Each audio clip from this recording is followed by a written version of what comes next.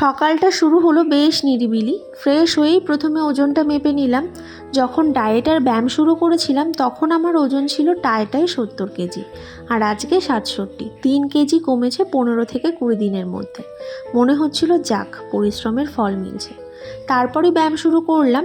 আজকে 40 মিনিট, ধীরে ধীরে সময়টা বাড়াচ্ছি। তবে আজ যেন শরীরটা মানতে চাইছিল না। মনে হচ্ছিল এই বুঝি প্রাণটা যায় যায়।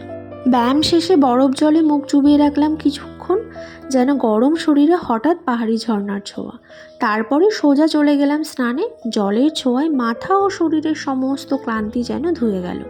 স্নান শেষে চুল ভেজা ভেজা রেখেই বই নিয়ে বসলাম।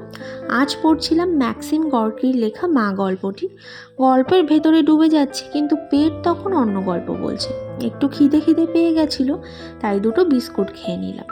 আর ঠিক তখনই বাইরে টাপুর টুপুর শব্দ, আর মুহূর্তের মধ্যেই সেই শব্দ বদলে গেল একেবারে মুষলধারে বৃষ্টির গর্জনে। জানলা দিয়ে তাকিয়ে দেখি ধূসর আকাশ, আর সামনে টিনের চাল বেয়ে জল পড়ছে। আমার বর বলে আমরা নাকি ভীষণ ভাগ্যবান, কারণ আমরা বৃষ্টি দেখতে পাই। আমি চুপচাপ শুনছিলাম, কারণ ততক্ষণে রান্নাঘর থেকে খিচুড়ি আর পাঁচমিশালি নিরামিষের গন্ধ এসে আমার মন পুরোপুরি ভিজিয়ে ফেলেছে। সকালেও আকাশ পরিষ্কার ছিল।